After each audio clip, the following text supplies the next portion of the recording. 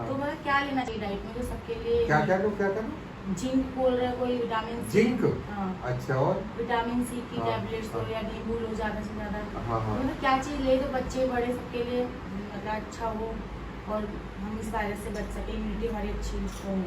हाँ देखो ना, पहले तो हमें जो खाने के अंदर है ना, हमारा जो भोजन है ना, अब ध्यान से सुनना, जो भोजन है ना, ये 5 तरह का फूड है जिस पर हमारा शरीर चलता है।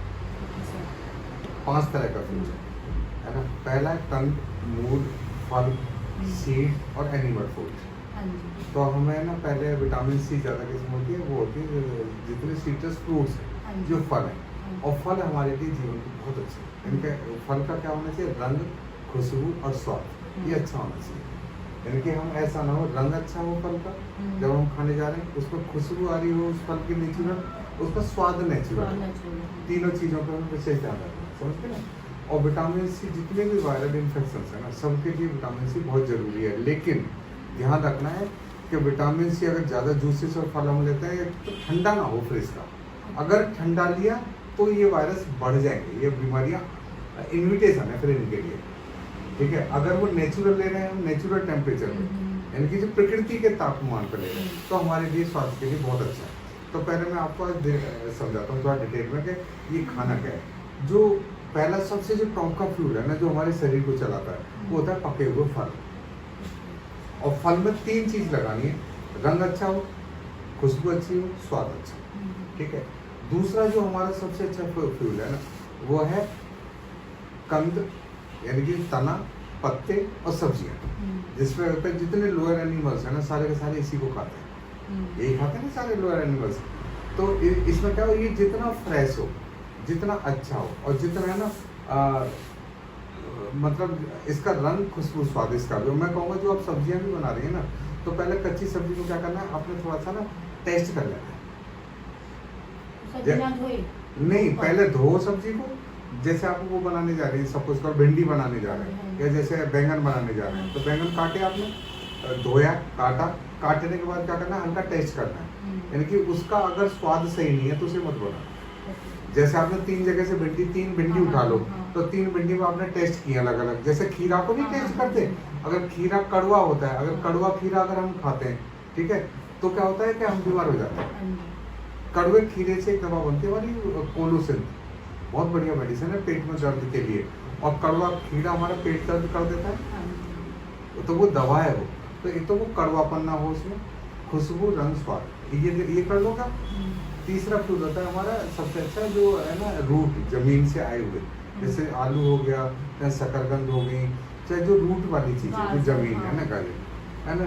जो हमारा चौथा जो फूल होता है ना, वो होता है हमारा सीड, जिसे हम बीज बोलते हैं। और बीज परमात्मा ने हमें किस लिए दिए? प्लांट को उगाने के लिए। ये दालें क्या है सारी? ये बीज हैं। ये जितने अनाज है क्या बीज हैं? जो हम गेहूं खा रहे हैं क्या बीज है? प्लांट को उगाने के लिए। और बीज खाया जाता है 2 तरीक़ा से। कैसे? एक तो पका के और एक भून के।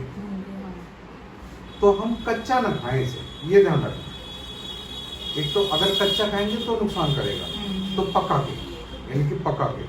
पकना क्या है? वो इसमें कुकर में जो हम कर रहे हैं वो उबल रहा है, पक नहीं रहा। पकता है कढ़ाई के अंदर या हांडी के अंदर, समय लगता है पकने में, हमेशा समय लगता है, ठीक है।